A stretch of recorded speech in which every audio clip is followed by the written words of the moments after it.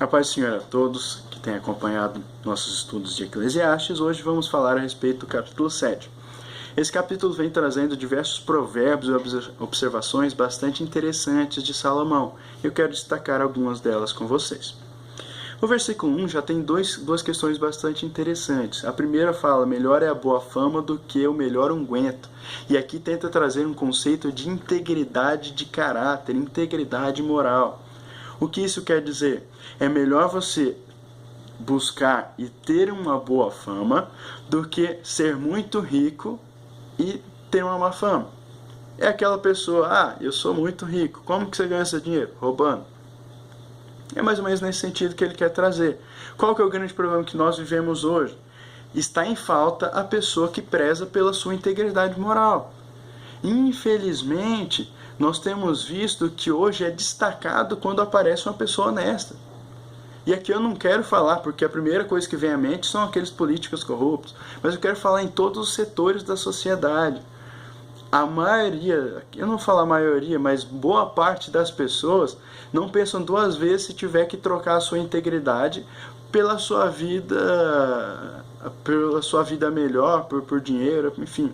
Essa época de campanha é bastante interessante, essa época de eleição, porque muitos falam, já tem político corrupto comprando voto aí. Mas ao mesmo tempo, se o político corrupto está comprando voto, é porque tem gente vendendo voto. Então, muitas vezes vende por alguns litros de gasolina, por um documento de carro, por qualquer coisa. Tome cuidado. Tome cuidado, porque a nossa integridade moral é a única coisa que nós temos de realmente valoroso aqui na Terra. A nossa boa reputação. Muitos ainda se orgulham, falam, não existe uma viva alma mais honesta do que eu nesse Brasil. Ou nesse mundo, quiçá. Enfim, tem pessoas que declaram assim, quem dera fosse verdade. Mas nós temos que saber e temos que com convicção falar isso. Realmente somos íntegros. Uma outra questão que eu quero destacar nesse mesmo ponto com vocês é que, infelizmente, até dentre cristãos, nós vemos pessoas que falam assim, eu não me importo com o que os outros vão pensar de mim. Isso é uma meia-verdade, porque só é verdade isso se você estiver sendo injustiçado. Aí sim, não se importe com o que os outros estão falando de você. Caso contrário, nós não podemos cair nessa não. Porque nós temos sim que nos preocupar com a nossa boa reputação. Eu tenho sim que me preocupar com o que os outros vão pensar de mim. Até porque uma coisa que nós temos que imaginar, nós não carregamos somente a nossa imagem, mas nós carregamos também a imagem de Cristo. Por isso temos que buscar ter uma boa reputação, ter um bom testemunho diante das outras pessoas. Nesse mesmo primeiro versículo fala a respeito do dia da morte, e falando que é melhor o dia da morte do que o do nascimento. A princípio é um pouco complicado você entender, mas só que nós, cristãos que acreditamos na vida eterna, é plenamente aceitável e tem que ser assim, porque o dia da nossa morte é o começo da nossa vida eterna. Então tem que ser sim um dia melhor do que o dia do nascimento. Os versículos 2 e 3 falam a respeito, melhor é a tristeza do que o riso. E aqui falando que muitas vezes no dia que você está triste, é o dia que você fica lá recluso. Você vai pensar em toda a sua vida.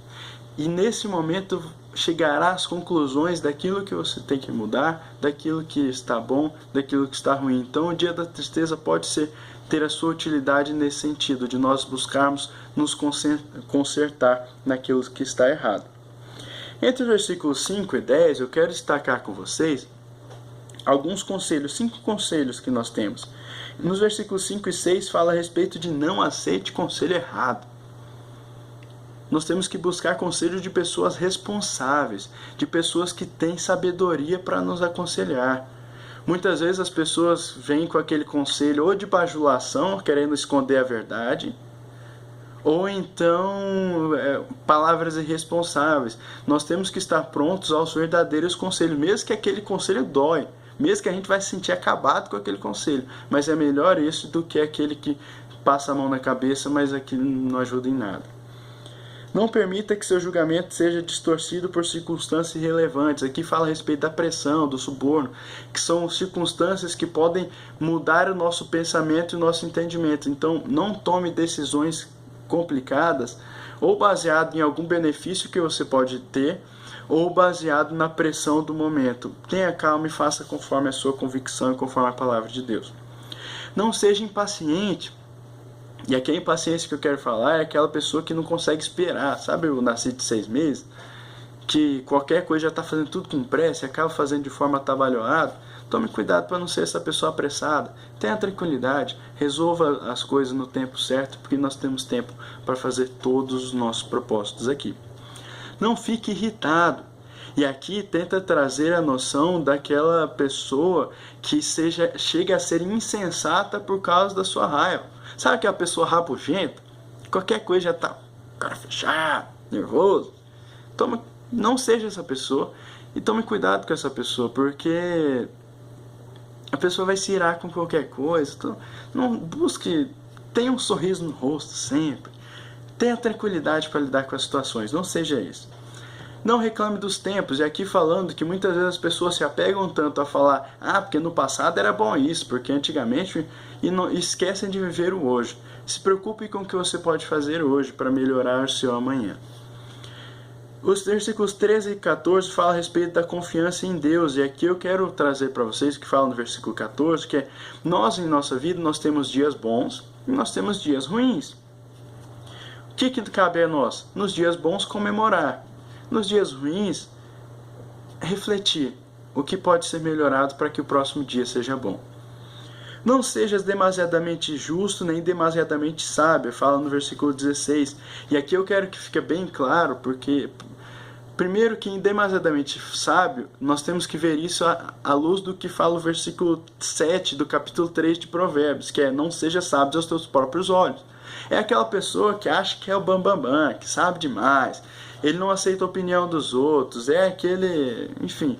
Se vai discutir de política, a opinião dele é a única coisa que vale. Qualquer coisa só vale a opinião dele. Não seja essa pessoa. E quando fala de demasiadamente justo, vem trazendo aqui uma noção que até Jesus viu na época dele, que era um certo virtuosismo farisaico. No seguinte sentido, a pessoa, a oferta aqui, R$100, eu vou dar de oferta, que bonita, eu sou muito justo, eu sou muito bom. Toma cuidado. Uma pessoa ali, eu vou ajudar essa pessoa. A Bíblia nos fala e nos recomenda que uma mão não deve saber o que a outra faz. Então, o demasiadamente justo é esse que tenta aparentar mais do que é.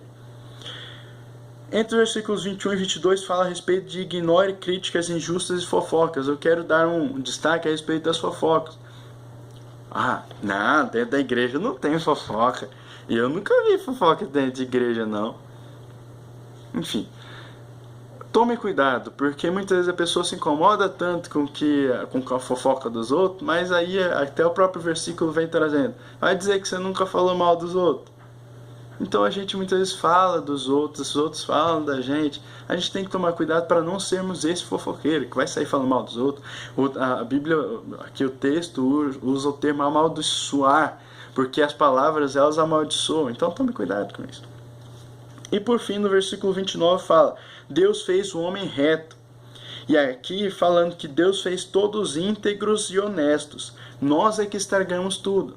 E aqui então vai meu conselho. Conselho final de hoje. Você quer ser íntegro e honesto? Então, chegue perto. Se aproxime de quem te criou íntegro e honesto. Deus abençoe a todos.